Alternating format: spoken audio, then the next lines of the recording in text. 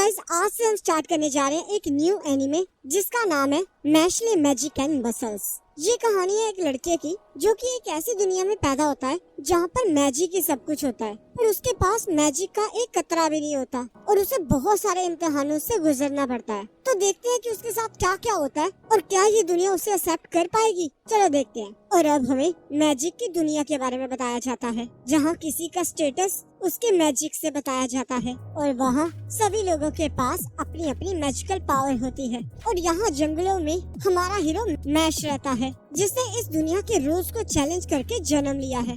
और ये जंगल में अकेला नहीं रहता, इसके साथ इसके फादर भी रहते हैं जो कि इसे इस दुनिया से बचाना चाहते हैं, क्योंकि इस दुनिया में बिना मैजिक वाले लोगों को मार दिया जाता है। और यहाँ हम देखते हैं मैश एक्सरसाइज करके जैसे ही घर के अंदर घुसने लगता है वो घर का दरवाजा ही तोड़ देता है और ऊपर से कहता है मैं ये भूल ही गया था कि ये अंदर को खुलता है या फिर बाहर को। तब उसके फादर कहते हैं तुम यहाँ बचपन से रह रहे हो फिर भी तुम्हें ये नहीं पता कि ये अंदर को खुलता है या फिर बाहर को खुलता है। तब मैश माफी मांगता है जिसे सुनकर उसके फादर पिघल जाते हैं और जब मैश उस दरवाजे को जोड़ने की कोशिश करने लगता है वो उसे और ज्यादा तोड़ देता है जिससे उसके फादर और भी ज्यादा शॉक हो जाते हैं। पर मैश फिर से सॉरी मांगकर अपने फादर को मना लेता है और यहाँ हमें पता चलता है उसके फादर ने उसे इस दुनिया के बारे में ज्यादा कुछ नहीं बताया होता और उसके फादर बाहर जाते हुए उसे कहते हैं तुम्हें याद है ना कि तुम्हें अकेले मार्केट में अकेले नहीं जाना है। तब मैश हाँ कहता है और हम देखते हैं भूखे होने के कारण मैश खुद को मार्केट जाने से नहीं रोक पाता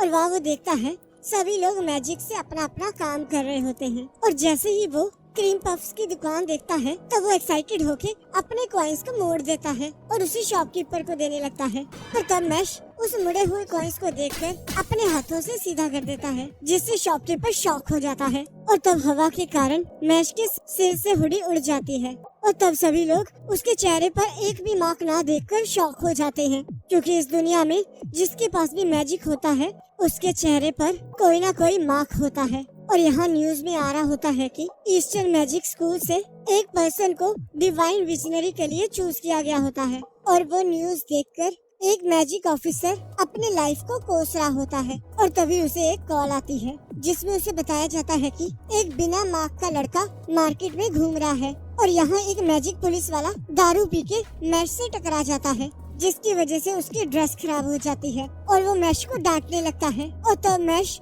उसकी शर्ट को फाड़ कर कहता है आप चिंता मत कीजिए मैं इसे धुलवा दूंगा। और तब वो पुलिस वाला फिर से मैश को डांटने लगता है और तब हम देखते हैं ऑफिसर ब्रैड कॉलमैन वहाँ आ जाता है और जैसे ही मैश से सवाल करने के लिए आगे बढ़ता है तभी हम देखते हैं मैश के फादर उसे उठाकर वहाँ से ले जाते हैं और तब ब्रैड अपने मैजिक से उनके पीछे एक ट्रैकर छोड़ देता है और तब मैश के फादर उसे घर आकर फिर से डांटने लगते हैं पर मैश फिर से माफी मांग के उनके दिल को पिघला देता है। तब उसके फादर पनिशमेंट के तौर पर उसे दोबारा से वर्कआउट करने के लिए कहते हैं।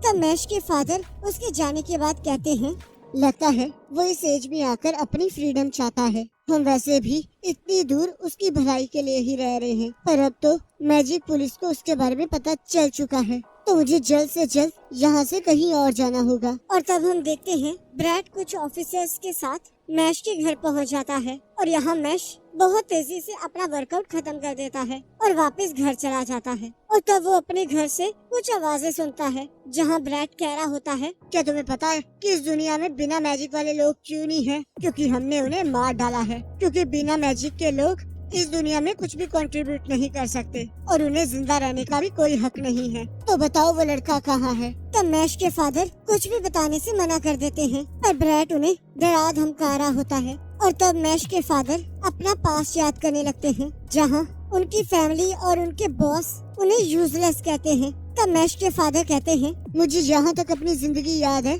मैं हमेशा फेल ही हुआ हूँ, मुझे लगा कि किसी को मेरी जरूरत नहीं है और इसी वजह से मैं मरने जा रहा था और तब मुझे तुम मिले मैश।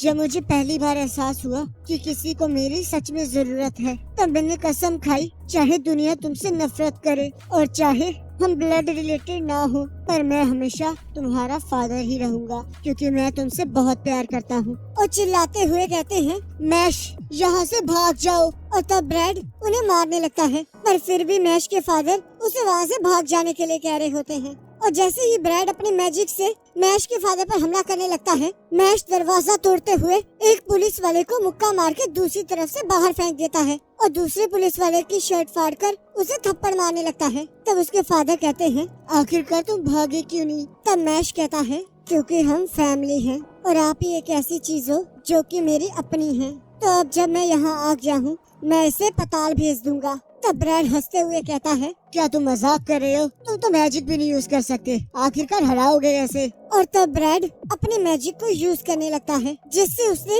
एक ड्रैगन को भी मारा होता है और मैश के ऊपर फायर कर देता है। पर तब वो देखता है मैश को कुछ भी नहीं हुआ होता। तब ब्रैड सोचता है, आखिरकार अभी क्या हुआ? इसने एक ही हाथ से मेरे मैजिक को नीचे रिफ्लेक्ट कर दिया। मैंने तो इसी मैजिक से एक ड्रैगन को भी मारा था, पर आखिरकार इसने ये सब कुछ किया कैसे? और तब ब्रैड और भी ज्यादा ताकत से मैश पर हमला कर देता है, पर मैश फिर भी उस मैजिक को रोककर नीचे रिफ्लेक्ट कर देता है। और तब ब्रैड बार बार मैश पर हमला करने लगता है, पर हम देखते हैं मैश उसके मैजिक के साथ खेलने लगता है और तब मैश उसके फादर की मैजिक स्टिक उठा लेता है। तब ब्रैड अपने आसपास एक शील्ड बना लेता है और हम देखते हैं मैश अपने फादर की स्टिक को उसकी शील्ड के आर पार कर देता है, जिसे देखकर ब्रैड पूरी तरह शॉक हो जाता है। और तब ब्रैड हंसते हुए कहता है, मैं एक शर्त पर तुम्हें और तुम्हारे फादर को छोड़ दूंगा।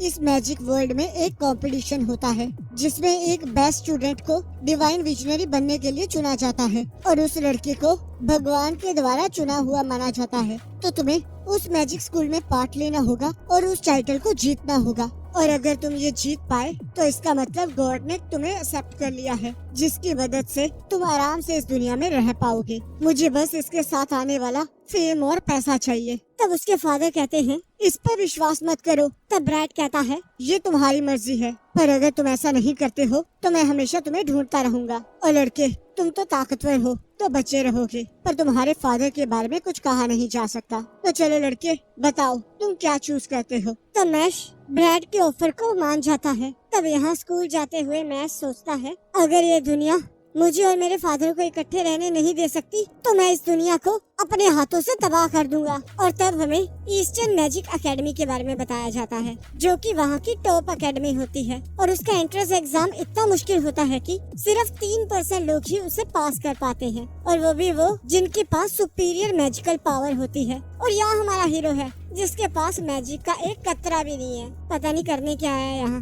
तब वहाँ का एक प्रोफेसर क्लाउड लूसी सभी बच्चों को उनके मैजिकल स्टेटस के अकॉर्डिंगली जज कर रहा होता है, पर तभी वो मैश को एक्सरसाइज करते देखकर चौंक जाता है और सोचता है, आखिरकार ये है कौन? आखिरकार ये मैजिक की प्रैक्टिस छोड़ के ये क्या कर रहा है? मुझे तो लगता है ये तो पहले टास्क में ही फेल हो जाएगा।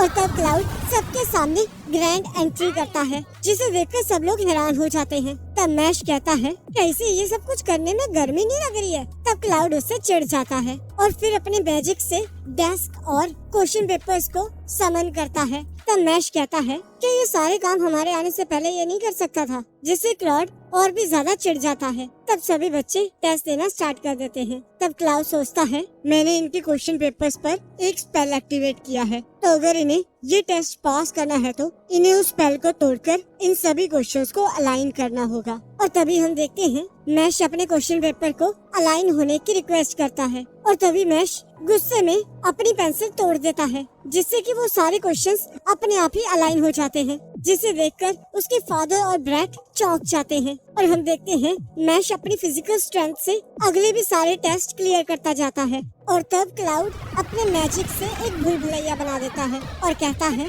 अगर तुम्हें ये टेस्ट पास करना है तो तुम्हें 30 मिनट के अंदर अंदर इससे बाहर आना होगा। और तब यहाँ मैश से मिलने लेमन इरवाइन आती है, जो कि उसके साथ चलने की जिद करने लगती है। और तब मैश उसे लेकर अपने साथ जा रहा होता है, पर हम देखते हैं वो लड़की किसी न किसी ट्रैप में फंस रही होती है और तब मैश उसे अकेले छोड़कर वहाँ से जाने लगता है। और तब वो लड़की अपने मैजिक से मैश को कैद कर लेती है और तब वो लड़की कहती है, मुझे माफ करना, पर मैं तुम्हें इसे पास नहीं करने दे सकती और मैं तुम्हें इसका रीजन नहीं बता सकती। और तब हम देखते हैं मैश अपनी ताकत से उन बेड़ियों को तोड़ देता है, जिसे देखकर वो लड़की हैरान हो जाती है और हम देखते हैं मैश भी वहाँ से भाग जाता है। और तब एक मॉन्स्टर आकर उस लड़की से एक पहेली पूछने लगता है और उसके हाथ से उसके मैजिक बैंड को भी नीचे गिरा देता है। और तब वो लड़की डर के उस पहेली का जवाब सोचने लगती है और तब वो मॉन्स्टर टाइम अप होने पर उस लड़की पर हमला करने लगता है। तब वो लड़की सोचती है मैंने उस लड़के को धोखा दिया है तो मुझे तो सजा मिलनी ही चाहिए। और तभी हम देखते हैं मैश एक ही पंच में उस मॉन्स्टर को हरा देता है। तब वो लड़की पूछती है आखिरकार तुम वापस क्यों आए हो? तब मैश कहता है शायद मुझे समझ आ गया है कि शायद तुम्हारा भी रीजन मेरे जैसा ही होगा। तब वो लड़की कहती है पर अब हम टाइम पर यहाँ से नहीं निकल पाएंगे। तब मैश कहता है हम बिल्कुल कर पाएंगे। तुम्हें क्या लगता है मैं इतनी जल्दी यहाँ तक कैसे पहुँचा? और तभी यहाँ क्लाउड सोच रहा होता है अब तो टाइम पूरा होने वाला है और इस भूलभुलैया के ट्रैप्स के आगे मुझे नहीं लगता वो टिक भी पाएगा। और हम देखते हैं मैश उस भूलभुलैया की सारी दीवारों को तोड़कर बाहर आ जाता है, जिसे देखकर प्रिंसिपल भी शॉक हो जाते हैं। और तब सभी बच्चे उसे वापस जाने के नारे लगाने लगते हैं। तब लेमन कहती है ये सारी मेरी गलती है। प्रोफेसर क्लाउड ने मुझे कहा था कि अगर मैं इसे रोक दूं तो वो मुझे पास कर देंगे और मेरी फैमिली के पुअर होने के कारण मैंने इनकी ये शर्त मान ली। तब प्रोफेसर क्लाउड कहता है मैं इस एग्जाम को कंडक्ट करवा रहा हूँ तो क्या हो गया अगर मैं इन जैसों को बाहर रखना चाहता हूँ और अब मैं तुम दोनों को फेल कर रहा हूँ। अगर तुम में हिम्मत है तो तुम मुझे चैलेंज कर सकते हो। और तब मैश क्लाउड की बैंड को तोड़ देता है। पर तभी हम देखते हैं प्रिंसिपल वहाँ आ जाते हैं और कहते हैं अब से आगे की एग्जाम मैं कंडक्ट करवाऊंगा और क्लाउड मैं तुम्हें इसके बाद ऑफिस में मिलता हूँ। और तब वो मैश को फाइनल इंटरव्यू के लिए बुलाते हैं। और तब प्रिंसिपल पूछते हैं तो बताओ जब तुमने उस लड़की को बचाया था क्या तुमने एक बार भी नहीं सोचा कि वो दीवारें कितनी मजबूत होंगी? तब मैश कहता है वो करना जरूरी था, इसमें क्या सोचना। तब प्रिंसिपल कहते हैं चलो ये तो ठीक है पर सपोज करो कि अगर तुम्हें कोई ऐसे से लड़ना पड़े जो तुमसे ज्यादा ताकतवर हो तो क्या तुम तब भी यही डिसीजन लोगे? जैसे कि तुम्हें मेरा ही सामना करना पड़े तो तुम क्या करोगे? तब मैश पूछता है आखिरकार ये क्या है? तब प्रिंसिपल कहते हैं ये एक स्पेल है और ये जिसे भी टारगेट करती है उसके किसी भी करीबी की आत्मा को ये इस डॉल में कैद कर देती है और उसके बाद उस डॉल के अंदर नाइफ डाल देती है ताकि वो आत्मा कभी भी अपने शरीर में वापस ना जा सके। और तब हम देखते हैं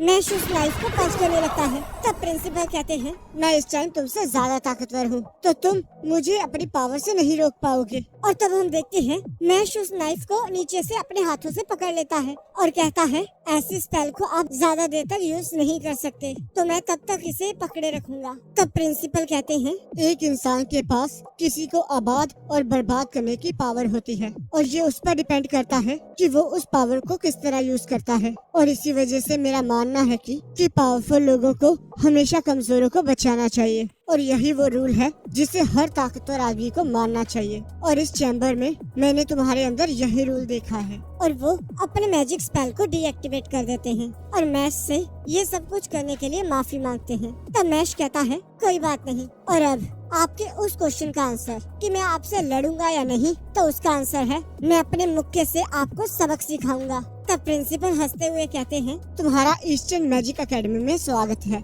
और यहाँ हम देखते हैं उसकी पहली क्लास में उसे मैजिक से एक ताले को खोलना सिखाया जा रहा होता है और हम देखते हैं मैश अपनी ताकत से उस ताले को तोड़ ही देता है। तब प्रोफेसर गुस्से में कहती है इस मैजिक स्कूल में तुम्हें मैजिक सीखना है। तब मैश कहता है पर मुझे मैजिक इतनी अच्छी तरह आता नहीं है। तब प्रोफेसर कहती है तो फिर तुम यहाँ कर क्या रहे हो? तब एक लड़का सोचता है आखिरकार पता नहीं इन स्टूडेंट्स को क्या हुआ है, मुझे इनसे दूर ही रहना चाहिए। और तब वो देखता है कि उसके बोर्ड रूम का दरवाजा टूटा होता है और मैश उस दरवाजे को अपने हाथ में लिए खड़ा होता है, जिसे देखकर वो लड़का चौंक जाता है। और तब वो अपना नाम फिन नेम्स बताता है और तब मैश अपने आप को और अपने मसल्स को इंट्रोड्यूस करवाने लगता है, जिसे देखकर फिन चौंक जाता है। तब फिन कहता है तो अगर तुम्हें किसी चीज की भी जरूरत हो तो बेझिझक पूछ लेना। तब मैश कहता है तो फिर बताओ कि हम डिवाइन विजनरी कैसे बन सकते हैं? तब फिन कहता है इसके लिए तुम्हें डिफरेंट एक्टिविटीज से गोल्ड कॉइन इकट्ठे करने होंगे और फिर भी तुम्हें अच्छे ग्रेड्स लाने होंगे, नहीं तो तुम्हें इस एकेडमी से बाहर निकाल दिया जाएगा।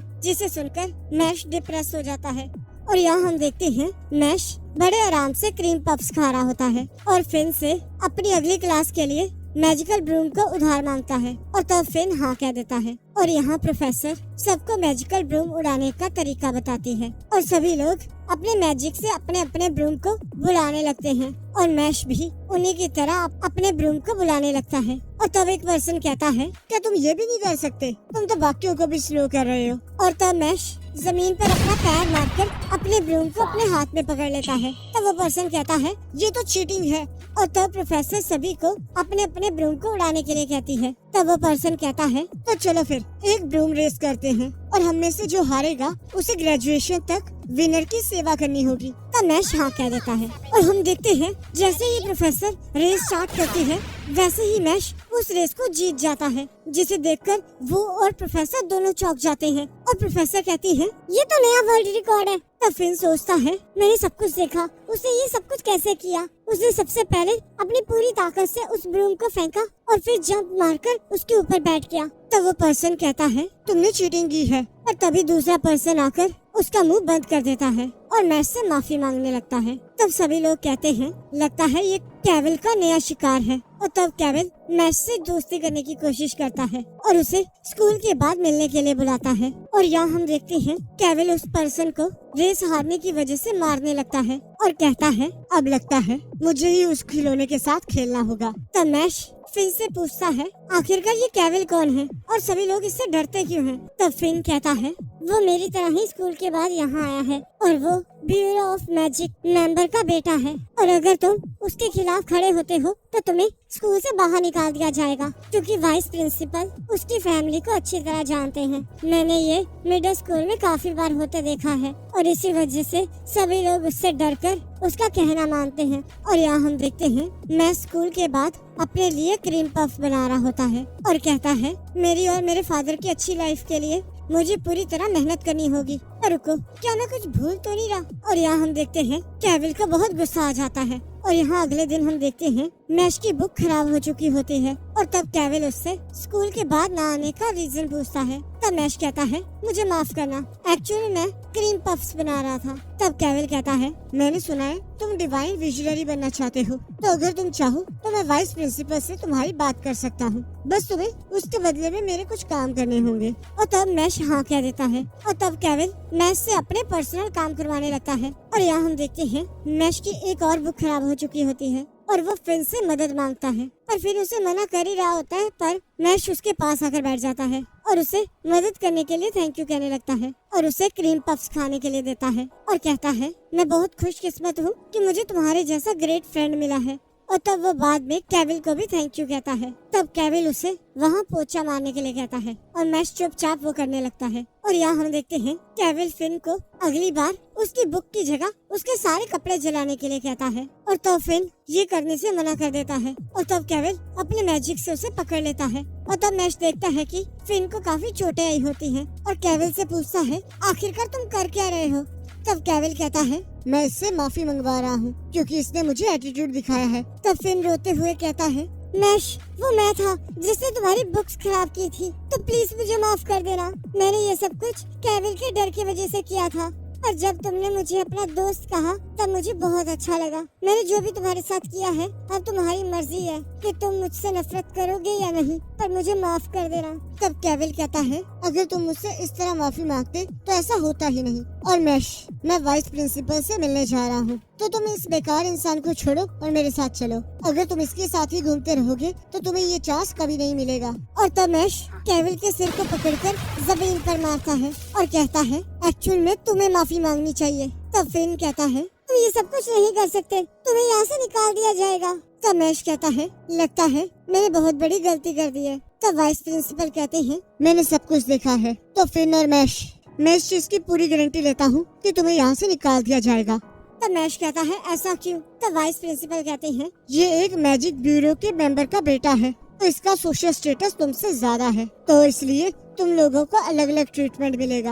और तभी मैश वाइस प्रिंसिपल के एक लात मारता है, जिसे देखकर सब लोग शॉक हो जाते हैं। तब मैश कहता है क्या ही फर्क पड़ेगा, अगर हम एक को मार सकते हैं तो हम दूसरे को भी मार सकते हैं। और तब जैसे ही वाइस प्रिंसिपल मैजिक यूज करने लगते हैं तब मैश फिर से उन्हें मारता है और गड्ढा खोदकर वाइस प्रिंसिपल को उसके अंदर गाड़ देता है। तब वाइस प्रिंसिपल कहते हैं तुम इस तरह मुझे यहाँ नहीं दफना सकते। तब मैश कहता है अगर आप मुझे कभी भी निकाल सकते हो तो मैं भी आपको कभी भी गाड़ सकता हूँ, तो आप जो मर्जी कर लीजिए, मैं फिर भी आपको यहाँ दफना कर रहूंगा। और तब मैश उन्हें दफनाने लगता है और यहाँ प्रिंसिपल उसे बुला लेते हैं और कहते हैं तुम्हारे कारनामों की वजह से मैजिक ब्यूरो की तरफ से तुम्हें निकालने का नोटिस आया है। इस वर्ल्ड में मैजिक ब्यूरो जहाँ की बहुत बड़ी अथॉरिटी है, जो कि डिवाइन विजनरी का कोर है। और जैसे कि तुम जानते ही हो कि केविल एक मैजिक ब्यूरो के मेंबर का ही एक बेटा है, तो तुम्हारा क्राइम माफ नहीं किया जा सकता। पर इस टाइम मुझे इस बात की चिंता है कि लोग किस तरह अपनी पावर का गलत इस्तेमाल करते हैं। ऐसी सिचुएशन मुझे काफी टाइम से परेशान कर रही है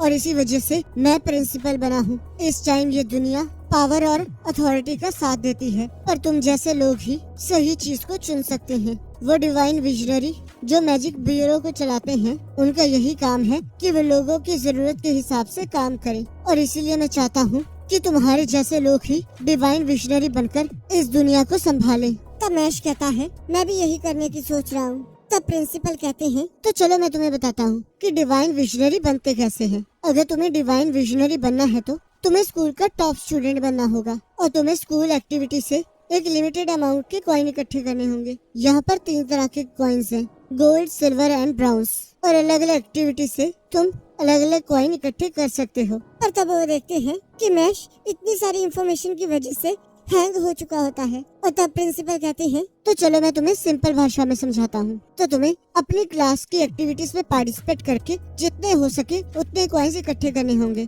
और प्रिंसिपल होने के नाते मैजिक ब्यूरो को मैं संभाल लूंगा। और तब मैश वहाँ से चला जाता है। तब प्रिंसिपल सोचते हैं, तुम्हें अपनी जिंदगी में एक और प्रॉब्लम फेस करनी होगी, पर तुम्हें अभी के लिए उससे डरने की जरूरत नहीं है, और अगर इसे कोई भी पूरा कर सकता है तो वो तुम हो। मुझे तुम पर पूरा यकीन है। और तब हम देखते हैं उसका सीनियर टॉम नोलेस उसे ब्रूम के साथ एक मैच खेलने के लिए इनवाइट करता है, और यहाँ अगले दिन वो लोग मैच खेलने पहुँच जाते हैं। और मैच बताने की कोशिश कर रहा होता है कि उसे ब्रूम उड़ाना नहीं आता, पर हम देखते हैं मैच शुरू हो जाता है। तब सभी लोग देखते हैं मैश अभी भी नीचे ही होता है, और सभी लोग उस पर वोटिंग करने लगते हैं। और तब टॉम मैश से कहता है, क्या तुम ठीक हो मैश? क्या तुम्हें डर लग रहा है? तुम्हें बैम्बू को याद करना होगा। बैम्बू किसी भी क्लाइमेट में सरवाइव कर सकते हैं और वो बहुत स्ट्रॉन्ग होते हैं। और हाँ, मुझे याद आया, मैंने तुम्हें ड्यूलो के रूल्स भी नहीं बताए हैं। हम इसमें बॉल के ऊपर अपनी पकड़ बनाकर इस रिंग में से पास करवाते हैं ताकि हमें 1 पॉइंट मिल जाए, और इसमें मैजिक नहीं यूज होता। अब मैं वापस जा रहा हूँ, बाकी तुम्हारी मर्जी है। और तभी हम देखते हैं दूसरी टीम का एक मेंबर टॉम को घायल कर देता है, और यहाँ दूसरी तरफ दूसरी टीम स्कोर पर स्कोर कर रही होती है। तब टॉम कहता है, अब ज्यादा वक्त नहीं बचा है और वो हमसे काफी ज्यादा आगे हैं। पर मैश, मैं तुमसे एक बात कहना चाहता हूँ, जीतना मायने नहीं रखता है, मायने ये रखता है कि तुम अपने पूरे एफर्ट्स लगाओ। और तब हम देखते हैं मैश मोटिवेट होकर उड़ने लगता है, और तब वो अपने टीममेट से बॉल मांगता है और अपनी पूरी ताकत से उस बॉल को दूसरी टीम के रिंग में डाल देता है। तब सभी लोग हैरान होकर देखते हैं कि वो बॉल दोबारा से मैश के हाथ में आ जाती है, और तब हम देखते हैं मैश अपनी पूरी ताकत से बार बार उस बॉल को फेंकने लगता है, और उसकी टीम के पॉइंट्स बढ़ते ही जा रहे होते हैं, और उसकी टीम बहुत ज्यादा हाई स्कोर के साथ जीत जाती है, जिसके बदले में उसे एक सिल्वर कॉइन मिलता है। और तब हम देखते हैं मैच के बाद टॉम मैश को गले लगाकर रोते हुए कहता है, तुम्हें बहुत अच्छे बैम्बू बन गए हो, तुमने बहुत अच्छी ग्रोथ की है। और यहाँ हम देखते हैं एक स्टूडेंट मैश की न्यूज पढ़ रहा होता है, और यहाँ हम देखते हैं टॉम और लेमन दोनों मैश को अपने साथ ले जाने की कोशिश कर रहे होते हैं, पर मैश किसी के साथ जाने को नहीं मान रहा होता। और तब वहाँ लेंस क्राउन आ जाता है। तब लेमन सोचती है, इसने तो एंट्रेंस एग्जाम में टॉप किया था और ये कितना हैंडसम है, पर मैंने तो किसी और को अपना दिल दे